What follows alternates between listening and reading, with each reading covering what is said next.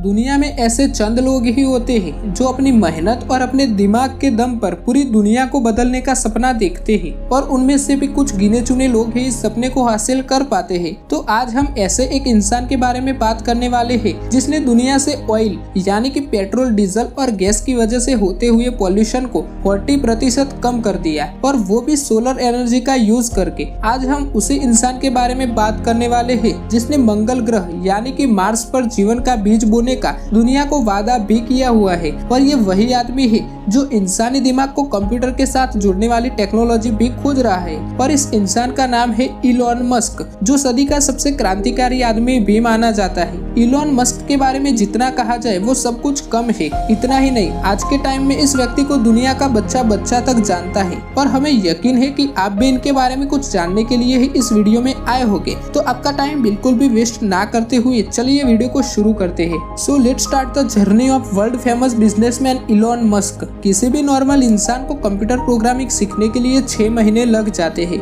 लेकिन इस बंदे में बचपन से ही कुछ खास बात थी। 9 साल की उम्र में जब इलॉन मस्क को अपना पहला कंप्यूटर मिला तो उस वक्त कंप्यूटर के साथ साथ एक प्रोग्रामिंग की बुक भी मिली थी। और इस 9 साल के बच्चे ने बिना सोए 3 ही दिनों में पूरी रात जाग कर इस बुक को खत्म कर दिया और इस नॉलेज का यूज करके 12 साल की उम्र में ही एक कंप्यूटर गेम को डिजाइन करके एक वीडियो गेम कंपनी को $500 में बेच दिया। ऐसे ही कुछ अजीबोगरीब किस्सों से भरा है इलॉन मस्क का बचपन। और यहाँ पे हम क्या करते हैं, बचपन का प्यार गीत गाते हैं और अपना टाइम वेस्ट करते हैं। कहते हैं इलॉन मस्क के पास फोटोग्राफिक मेमोरी है, यानी कि जो भी चीज वो एक बार देखते हैं उन्हें वो याद हो जाती है। ये बात तो आप सबने सुनी ही होगी कि इलॉन मस्क को स्कूल के काफी बच्चे परेशान करते थे और स्कूल लाइफ में इनका कोई दोस्त भी नहीं था, तो इसीलिए ये बंदा अपना ज्यादातर वक्त पढ़ने में ही निकाल देता था। एक इंटरव्यू के दौरान इलॉन मस्क के भाई ने खुद बताया था कि इलॉन मस्क 7 से 8 साल की उम्र से ही दिन के 15-15 घंटे तक बुक्स पढ़ते रहते थे।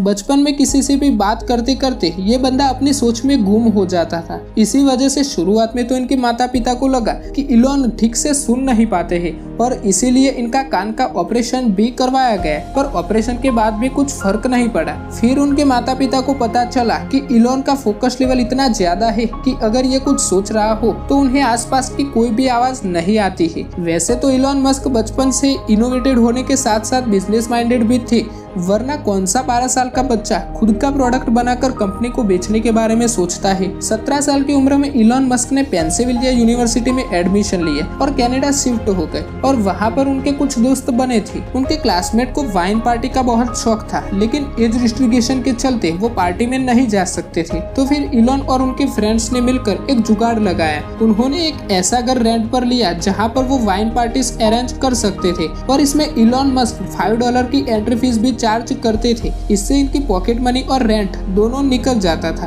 कॉलेज खत्म होने के बाद 1994 में अपने भाई के साथ मिलकर इलॉन मस्क ने अपना पहला स्टार्टअप जिप2 लॉन्च कर दिया। जिप2 से लेकर स्पेसएक्स, टेस्ला, ओपन एआई तक जितने भी स्टार्टअप इलॉन मस्क ने स्टार्ट किए उनमें इस बंदे का इनोवेशन प्राइमरी और सबसे स्ट्रॉन्ग पिलर था। जिप2 में वो अलग अलग बिजनेसेस के मैप और उनके इंफॉर्मेशन जिप2 की वेबसाइट पर प्रोवाइड करते थे, जिससे बिजनेस ओनर को नेटवर्किंग में हेल्प मिलती थी। और देखते ही देखते इलॉन मस्क की ये कंपनी बहुत ज्यादा मार्केटेड हो गई और बहुत ज्यादा पैसा कमाने लगी। फिर $307 मिलियन में इलॉन मस्क ने ये कंपनी कॉम्पैक्ट को बेच दी और उसमें इलॉन मस्क का हिस्सा $22 मिलियन का था। अब इलॉन मस्क एक छोटी सी उम्र में मल्टी मिलियनियर बन चुके थे। उनके पास एक बड़ा सा अपार्टमेंट, एक प्राइवेट प्लेन और एक मैक्लारेन F1 स्पीड कार भी मौजूद थी। ऐसे ही एक दिन इलॉन मस्क बैंक में गए हुए थे और उन्होंने देखा कि लंबी लंबी लाइनें लगी हुई थी और यहीं पे जन्म हुआ X.com का। इलॉन मस्क की ये कंपनी ऑनलाइन ट्रांजैक्शन केवल ईमेल के थ्रू प्रोवाइड करवाती थी। शुरुआत में तो लोग इस पर भरोसा करने से डरते थे, पर बाद में रैपिडली इनकी अच्छी खासी ग्रोथ हुई और आगे चलकर ये X.com पेपाल के नाम से जाने गए। फिर 2002 में eBay ने पेपाल को $1.5 बिलियन में खरीद लिया, जिसमें इलॉन मस्क को $165 मिलियन मिले थे। पेपाल बेचने के बाद जन्म हुआ पेपाल माफिया का, यानी कि पेपाल के जितने भी स्टॉक होल्डर्स थे उन सभी ने अपनी अपनी खुद की कंपनियां खोली, जिसमें YouTube, LinkedIn, SpaceX, Tesla, kiwi जैसी बड़ी बड़ी कंपनियां शामिल है। पेपाल के बाद इलॉन मस्क के पास काफी सारे पैसे आ गए थे। अब उन्हें अपना स्पेस वाला ट्रैवल का सपना पूरा करना था और इसीलिए उन्होंने अपने सारे पैसे स्पेसएक्स और टेस्ला जैसी कंपनी में इन्वेस्ट कर दिए। और आज के टाइम में इलॉन मस्क की इलेक्ट्रिक कार कंपनी टेस्ला को दुनिया का बच्चा बच्चा तक जानता है। इसीलिए गाइस कहा जाता है कि जहाँ पर नॉर्मल बंदे की सोच खत्म होती है वहीं पर इलॉन मस्क की सोच शुरू होती है